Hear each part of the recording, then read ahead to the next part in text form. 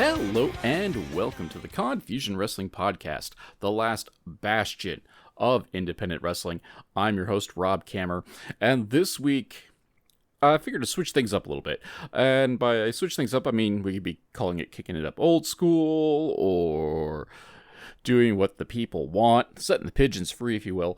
We're bringing back the indie spotlight. We haven't done one of these in a while, and as cool as it is to hear independent wrestling stories from the mouths of their participants, you know, sometimes one of the better ways to highlight independent wrestling is to bring you an event in the realm of indie wrestling. So that's what we're going to do here this afternoon, this morning, this evening, whatever time of day you happen to be listening to this here podcast. I'm going to check out some Bloodstone Wrestling. This is their June event. We Are Not Okay from the Logan Square Auditorium. This is on YouTube, so if you're not already following them on YouTube, go do that. I think it's at Bloodstone Wrestling. Don't hold me to that because I didn't write that part down. I just know I watched it, typed in Bloodstone Wrestling in the search bar, and Bloodstone Wrestling came out. So it's one of the less painful things when I use the word blood or stones and coming out, but I digress. Never mind that, if you will. So June event, We Are Not Okay. Kat Carter is our ring announcer for the evening. She does good work throughout the state of Illinois primarily, and our commentary team is Jimmy D and Trip Jordy. And I'm just gonna right away put over Jordy. I didn't know he did commentary, but you know, wrestlers do commentary all the time, so it's not like, you know, I'm the expert on wrestlers doing commentary. But I'm actually quite impressed for someone so young into their just wrestling career in general, how much poise and, you know, knowledge he brings to the commentary desk. So if wrestling doesn't work out for him, not that I wish him that at all, he has something there. He has something he can fall back on, and I think he would do quite well about it. But we are going to start off things pretty hot as one Dr. Redacted comes out. He gets on the mic. He only wants one thing tonight, and that is Chico Suave. Evidently, Suave is a referee in his spare time, and used that biasness to screw over one Dr. Redacted, and so Redacted wants that tonight. It's not going to happen. Suave doesn't come out, despite Redacted's demands. Instead, we have Sean Logan. He's out doing his best Seth Rollins fashionista kind of thing going on. Not quite. He's not giggling near as much as Seth does. But it makes sense because he's been a stand-in for Mr. Rollins and is also a trainee of Seth Rollins as well. But he is the wrestling influencer, and he really wants to know why he doesn't have a match tonight. Redacted asks if Logan wants the match tonight, and then just donks Logan in the head with the microphone. So that's how we're getting our first match of the evening, Dr. Redacted versus Sean Logan. And evidently, no DQ. This is a no DQ deathmatch kind of thing going on, because Redacted's just getting all sorts of plunder out as the bell rings. Suplexes a table on Logan. Logan is DVD'd through the table and then beaten with it. We're just not done yet. We're just starting off with the insanity. Just get it out of the way now. Just beaten away with all of the weapons that have been drug out from underneath the ring. Frog splash by Redacted. Only gets a 2 count just because Redacted pulls Logan's arm up. F you, Chico. And a hidden blade, though. That is the real ending. Just quick, sloppy squash match. Crazy go nuts. But let's be realistic. You know, anytime we get to see Sean Logan and his fancy sparkly top, it's worth it. It's a good time. So we'll do it. This is definitely not your work rate match. This is just Dr. Redacted proving a point, and that point is doom for Chico Suave if he ever gets his hands on Mr. Suave. Match number 2 is WWE ID champion Laney Luck. She'll be taking on Gringo Loco in non-title intergender action. Gringo starts things off, but Sleazy Gringo brings out Lucha Laney. I have no clue. Like, I just copied down what the what the commentary team said. Like, I don't even know what any of this means. I didn't know, like, I didn't know Gringo Loco was sleazy, and I didn't know Laney Luck does lucha. But we're doing both those things tonight, so it's great. We go outside the ring, and Laney hits a super kick, followed by a whip into the guardrail. Gringo catches a moonsault and swings Laney into the guardrail, then power bombs her onto the ring apron, which, if nobody's told you, hardest part of the ring, that is. Body slam and an elbow gets Gringo too. Stalling Super Falcon Arrow, doing the deed. Only gets a 2 count, though. I guess people do kick out of the Falcon Arrow. Laney fires up after fighting out of a gory special. However, Gringo cuts her off with a reverse DDT. Laney lays out Gringo, lays out, stays up. I don't know. I'm just mixing up my words here. The important thing is, though, is Lady that cuts off Gringo at the top rope and hits a spinning Rana for her efforts, despite my verbal gaffes. Lady stays on Gringo until going up top to miss a stomp. However, Lady hits a flash poison Rana followed. Gosh, this match is just bringing out the worst in me. Not really, because my behavior is so much worse than my stuttering. Laney hits a flash poison Rana, followed up by the Unicutter to get the victory. And still, WWE ID champion Laney Luck.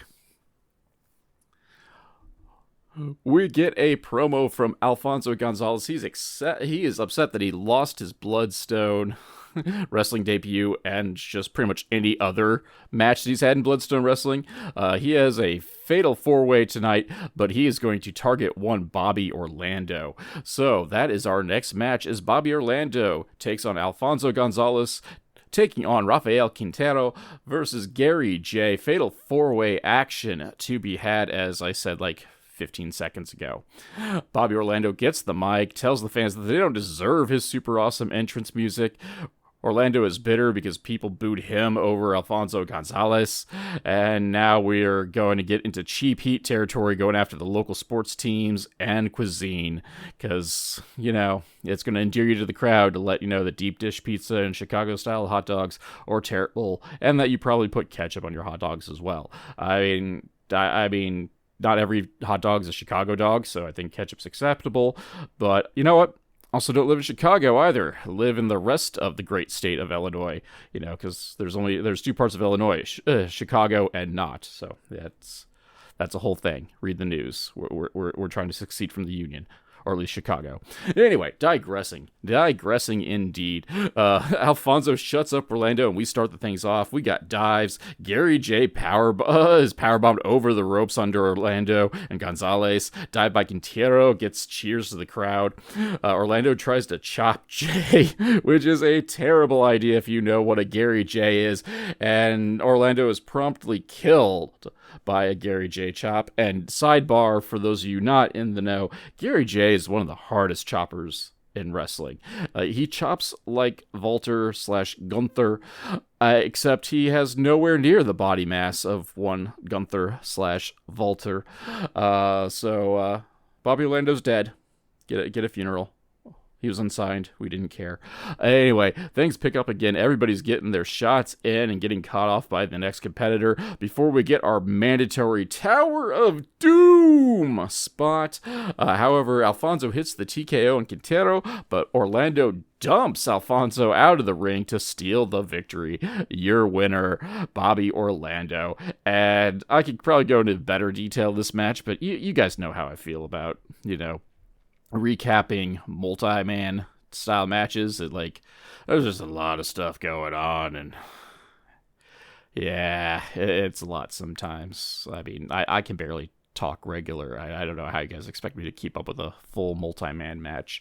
Luckily, though, we're going to wind things down a bit, get a singles match between All Ego Robert Anthony taking on Cody Lane.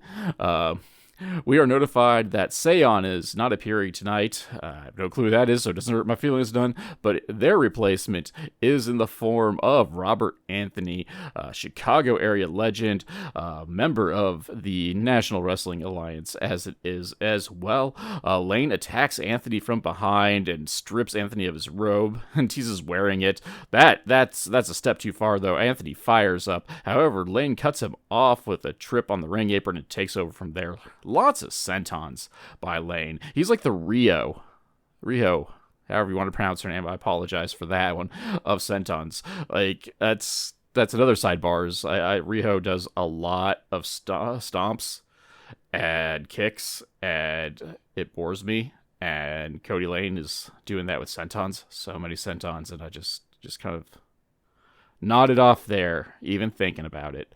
Anyway, inverted gut wrench suplex gets Ego some space to do his thing. Anthony locks in a half crab, but Lane gets to the ropes. Anthony Samoa Joe's a lie insult, according to my notes, and so I'm just going to assume that I meant he just noped out of the way of a lie insult attempt. Tree of Woe on the guardrail, followed up by an apron senton by Anthony, so I guess more than one person can do sentons too, so sweet deal on that. Straps down and then back up by Lane, only to be hit with the cartwheel DVD to give Anthony the victory.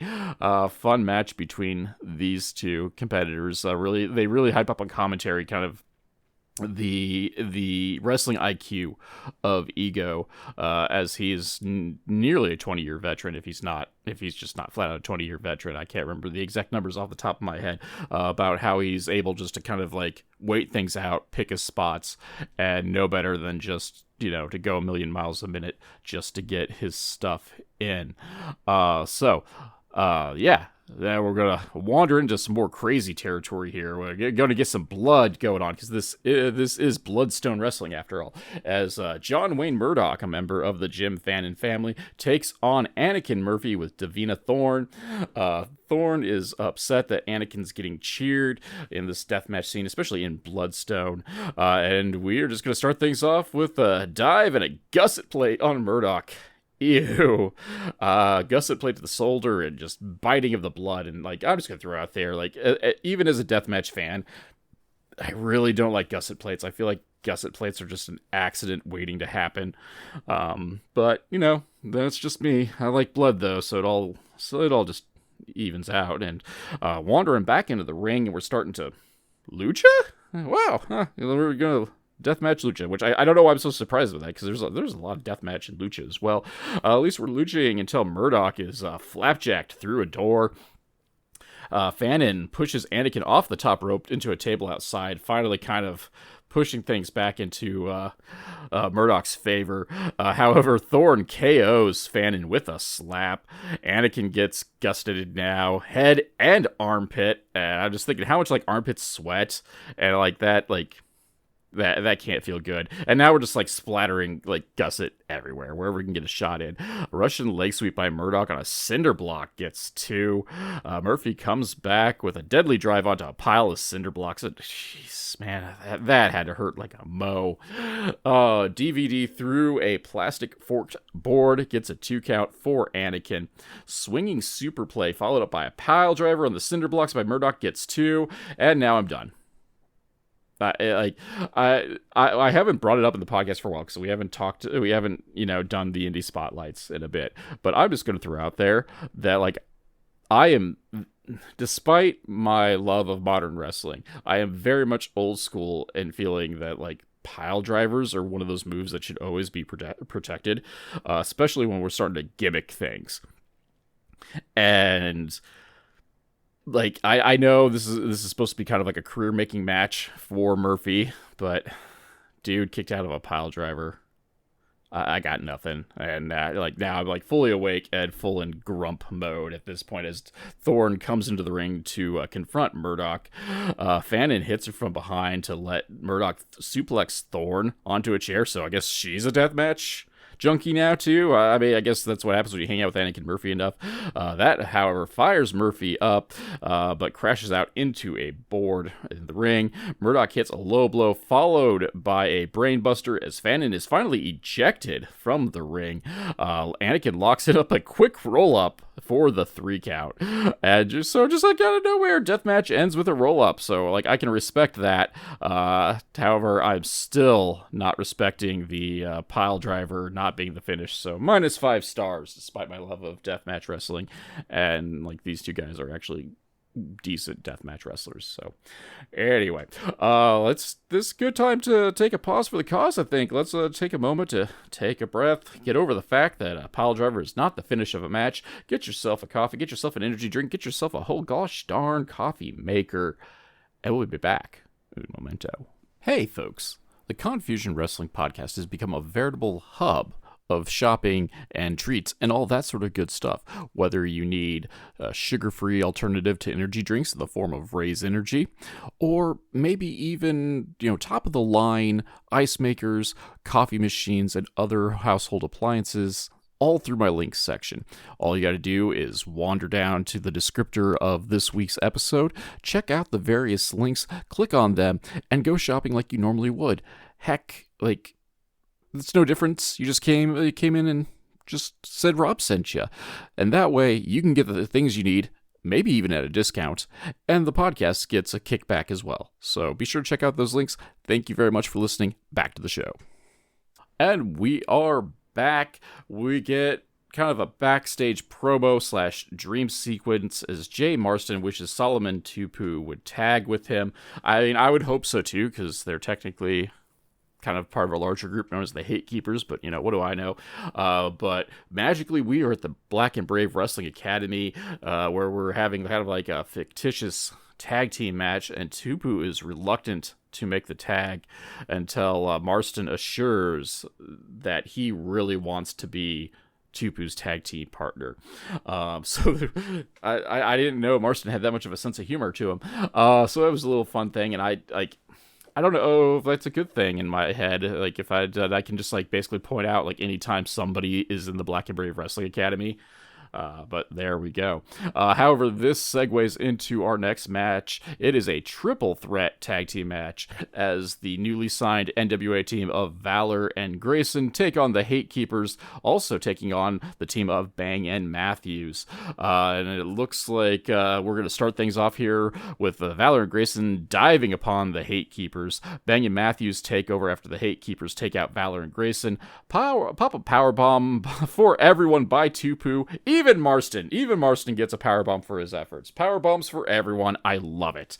Matthews went for the pin, but Tupu breaks it up with a senton to Marston. Whoops. Wow. Oh, there we go. Now I figured out what I was doing. Read my notes, and I got really confused because I'm functionally illiterate. Anyway, we have a fan-assisted abdominal stretch. I wrote fan chain assisted. So basically, they did the IRS Mike Rotunda reach out for the abdominal stretch. On Tupu by Matthews, and basically everyone and their mother, throughout the front row, up through the front row, got to hang onto everybody's arms and pull to add extra pressure onto Tupu. Though I don't think it's technically a legal maneuver, so I don't think a submission would have counted should Tupu gave up. But it's a fun little spot to have. I'm always down for that. Quadruple stomp by Bang and Matthews, but Valor and Grayson immediately wake up to go take care of that. Rikishi driver by Tupu on Valor on the stage. He dead. Hate Keepers and Bang and Matthews battle for a bit before Grayson fires up all by himself, and Valor is back and he's slamming Tupu. Tupu uses the ref shield to stop a Spears Tower, which is the finish of Bang and Matthews for those that not know. We're fighting in the crowd now, and Valor actually is alive at this point. That was Grayson who slams Tupu. My mistake earlier. I need a little ping and pop up on that, but luckily, or unluckily, it's luckily for you guys. This is an audio podcast because nobody wants to see this here face. However, back at it, Jack Valor is actually alive and flipping off the speakers on the stage. Double Styles Clash on Bang, but Tupu breaks up the count. Double low blow on Grayson and Valor by Marston, only gets 2. Hate Keepers go for the referee. Double super kick by Bang and Matthews leads to a ref stunner on Tupu, because we can't get enough of the ref bias and stunners. I've seen a lot of those. I'd actually have real money if I had a nickel for every time that happened. Bang and Matthews batter Marston for a bit, ending with a Bang 450 for the win. Afterwards, after the match, Tupu gets on with the night and makes a challenge for Bang and Matthews. I'm not sure how that works exactly, because Bang and Matthews already won the match, but, I'm down for it because I do love me some Uncle T. So there we go. Chaotic match. Jack Valor was killed, and I accept the part where that didn't end the match because they didn't go for a pin, and they pile drove Valor on the stage as well. So they're slightly up higher than the death match in terms of that front. Moving on to our to our ears burning segment, because Chico Suave is in our next match. He was backstage but didn't bother to come out to talk to Dr. Redacted. He is taking on one Brian Gorta. Chico starts things off by directing a UR on one side and directs the other side of the ring to chant an a-hole, going back and forth, playing conductor for that. We get an overly aggressive collar elbow tie-up. We are just rolling all around. We're just banging off the ropes. We are falling onto the ring mat, just doing everything we can to hang onto this hold and maintain positioning. Chico's getting the advantage on this, though, and he's kind of dicking around in the ring, kind of confounding Gorta. At least Gorta grabs Chico's beard and starts just dragging him around like the ring apron area, banging his head off the turnbuckles. So I kind of popped for that one. Gorta gets dragged outside, and now we're just whipping each other hither and yarn outside of the ring, usually to the guardrails. Gorta inside the ring is wearing Chico down with a modified sleeper hold. However, Chico fights back just to eat a rebound German suplex. The ref is taken out at this point, causing Chico to fire up. I guess that's solidarity bias because Chico's a ref on the side.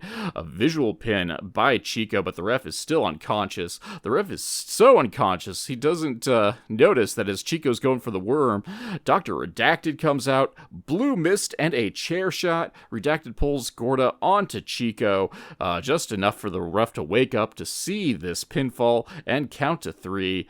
Your winner, Brian Gorta. And it was a fun little match, a couple of fun spots, but really, despite the win, this match is really to kind of set up the next phase of Dr. Redacted and Chico Suave. Redacted kicks Gorta out, not physically, he's just get out of here, and Gorta's more than willing to do that. And then an interesting thing, Redacted just lays down next to Chico's corpse and just says with a bunch of curse words that, I'm not going to say, just because sometimes it affects my income stream. People don't like to pay extra money when it's labeled E and whatnot, but basically just says that at Bloodsport's anniversary, it has been approved that Chico Suave will take on Dr. Redacted in a death match. So looking forward to that one. As we move on to things that, not as looking more as forward to, Marco Stunt is in a car. He's cutting a promo. Evidently, he's on tour across the nation, a big comeback tour as it is, and Sabin Gage is his next target. So obviously, our next match is Marco Stunt versus Sabin Gage. This match is has to drive Pat McAfee halfway to crazy. The only thing we need now is a 45-minute Iron Man match, and his head might explode and he'll have to shout out more conspiracy theories. Marco is stalling for a bit to strip his shirt off. He's been working out, bro. We're testing the waters. Back sees, forth sees action on that front. Stunt is sent to the outside, but him and Gage switch spots, and Stunt nearly donks himself on the head with the ring steps. Got some air on that one. Saito suplex by Gage only gets 2. We get a foot stomp, drop kick, and some dicking around only gets Gage 2 from there. Acid drop on the ring apron by Stunt. We are on the arena floor once again, and of course obligatory double 9 count, because I don't think we've had any of those all night. Destroyer, followed up by a flippy lung blower. Somehow Gage is still getting up on his feet, which kills me because a Destroyer is, functionally speaking, a pile driver, actually with added rotation, so he should be double dead. But instead, he's just dead on his feet, just keeps rolling up on his feet somehow, despite the fact that he has to actually roll. To acid drop now, only gets a 2 count, but that one I'll have to forgive because Gage is in the ropes, so that's poor ring awareness by Marco Stunt. The dude's only 3 feet tall. How is he too close to the ropes, Marco? Really? Think about these things. Hidden blade, followed up by a kick. Then we get the double underhook pile driver by Sabin Gage to get the 3 count. So at least there's a pile driver to, get a victory on that one. We had just to double hook it, though. Commentary puts over what a big win this is for Gage, as everybody loves Marco Stunt. Please come back. Please come back. I guess if you want to, you can. I wasn't impressed, but I wasn't impressed with this first go-round, because he lets people kick out of pile drivers. Anyway, with that, it is time for our main event of the evening. Thereabouts, of course, like a batch of the matches on this here card. We got a promo leading up to this, and it's Kota Hernandez. He basically puts over like, all the things that he's done to his body, whether it's been thumbtacks and chairs and doors, getting all sorts of banged up, and like basically asking, like, talk about people asking him, like, is it worth it? And he kind of like implies with this tone that like, no, it's not. Like, it kind of makes him angry. But spoiler, he loves that stuff, man. And his match with Nick Gage tonight, it's going to be fun. It is Nick Gage, MDK all day, taking on the MDKK. We're wandering into some not so great territory, at least with our abbreviations here. But as Kota Hernandez takes on Nick Gage in an mother effing death match. Start the things off with a Hate Club reference. Kat Carter is certainly earning her money tonight with this introduction. Hernandez immediately spears Gage through the door in the corner, though. Rolling outside the ring, Hernandez whips Gage into the guardrails from there. We get 4 chairs set up, touching each other in front of the stage as Gage and Hernandez crawl up to the top of the stage. However, Hernandez gets tossed off like stage dive style, kind of sort of through the chairs. Lands funky on his ankle on the way down, though. In the ring, Gage makes a shiv out of door splinters and starts shanking Hernandez, so we finally get some blood out of the dealio there. The pizza cutter is out. Luckily, Domino's is not here. Double lucky, because Domino's is not that great. Fight me. Pizza is denied, though, and Hernandez eats a chair thanks to a face wash.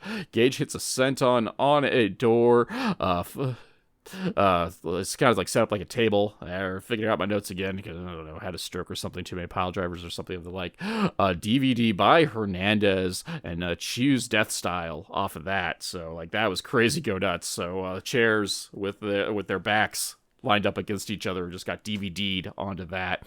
Followed up by a powerbomb to only get 2, though. We get thumbtacks out, and Gage hits a spine buster into the thumbtacks. Outside the ring, Hernandez produces a new door with some Bloodstone graffiti on it, and then a second door with MDKK written on it. Kota brings out a staple gun after setting up those doors. Unfortunately, he gets 2 staples to the pec for his efforts, not 5, like it was recommended in the Reinar the Hooligan interview last week, so be sure to check that out if you haven't. Cheap plug there. But gets staple for his efforts. Ladder is introduced to the ring, and Kota like pushes Gage up onto the ladder. I have no clue what like he's even planning on this, but the important thing is Gage is like, nah, and just like shoves Kota off, landing through one of the 2 doors outside of the ring. Inside the ring, we get the chairs set up facing each other again this time, as Gage looks to pile drive Hernandez onto the chairs. However, Hernandez recovers, counters, and hits a pile driver of his own off the chairs into the ring, and that is how you finish a match, ladies and gentlemen. A pile driver, a novel concept, like two matches in a row finished by a pile driver, which would excite me if the fact we hadn't already like ruined pile drivers like twice before, and especially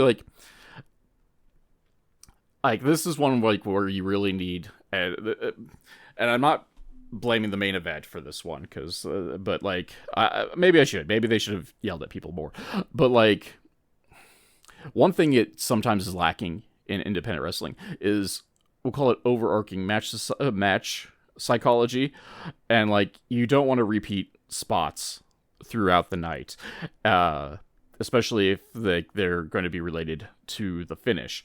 And so I felt like the main event's finish of a pile driver off the chair, so basically an elevated pile driver, was kind of like neutered a wee bit by the fact that the earlier death match we had a pile driver spot that was kicked out of, and like we could talk about like the intents of like making Anakin Murphy or whatever, but like I would argue that it sucks more to be pile driven on cinder blocks than it does probably to go onto the ring from like, a foot and a half, 2 feet off the ground.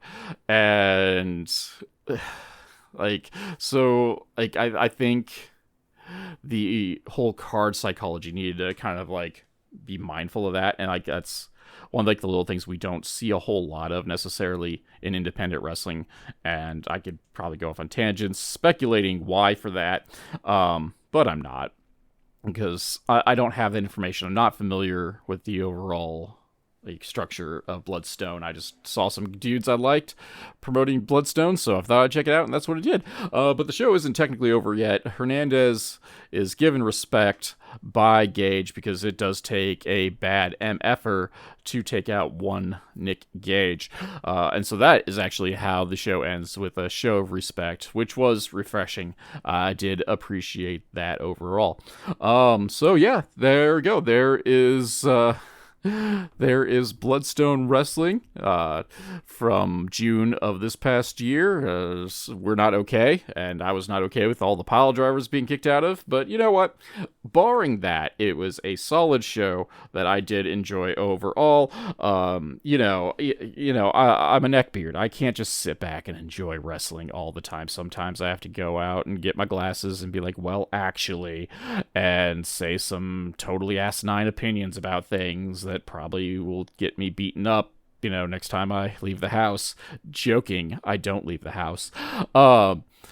But no, serious. Like on the serious front, I did enjoy the show overall. Lots of cool, folks in the event, and I despite some of my other like contradictory things, I am a big fan of deathmatch wrestling overall. So like got my fix in on that as well. So it's totally sweet. But yeah, find some Bloodsport on YouTube, and if you're in the Chicagoland area, go check them out, hang out with them live, and of course support independent wrestling. So thank you guys for giving this here podcast a listen. Stay tuned for the cheap plugs and the best ways to support this here podcast as we get things into gear in the next couple of weeks. Actually, the joking aside, like I am planning on leaving the house, so if you guys want to beat me up, probably going to be at Destination 6 Wrestling in Macomb, Illinois, this Saturday, or at least this Saturday when this episode drops. So if you hit me up next Saturday, I probably won't be in Macomb, Illinois, but what do I know on that front? So gonna check out some cage matches. It'll be a blast, supporting independent wrestling however I can. So that being said, once again, thank you guys for giving us a listen, and I'll talk to you all next week. The Confusion Wrestling Podcast is a weekly podcast that is written and performed by Rob Kammer and hosted by Spotify for podcasters. The background music for this section is Ruined by Day, performed by Alan Schroeder. If you enjoyed this podcast and would like to help support, please like, subscribe, and tell your friends, family, and enemies. Leaving a review is helpful as well, because word-of-mouth advertisement is very important for us small podcasts. My social media links can be found in the description, but Twitter, Instagram, and Blue Sky are at The Nova of Cass. That's TheNovaofCass, and Facebook is MLW Confusion, all one word. If you'd like to support monetarily and help upgrade my equipment, please check out my virtual tip jar at ko-fi.com/Casanova, or if you prefer more bang for your buck, go to patreon.com/Casanova, that's CASSONOVA, where for as little as $2, backers get access to the podcast early and without those pesky ads, plus other exclusive content. So join the crew that is headed up by Keith Wynn, Alan Schroeder, Chris Zach, and Elenia, and check it out. You can also find t-shirts, coffee mugs, and other merch at the Confusion Podcast store on Teespring. Also, be sure to check out the affiliate links in the description below. For business inquiries such as ads, sponsorships, and etc., please email rzkamer, Kamer, at comcast.net. Thank you all for listening.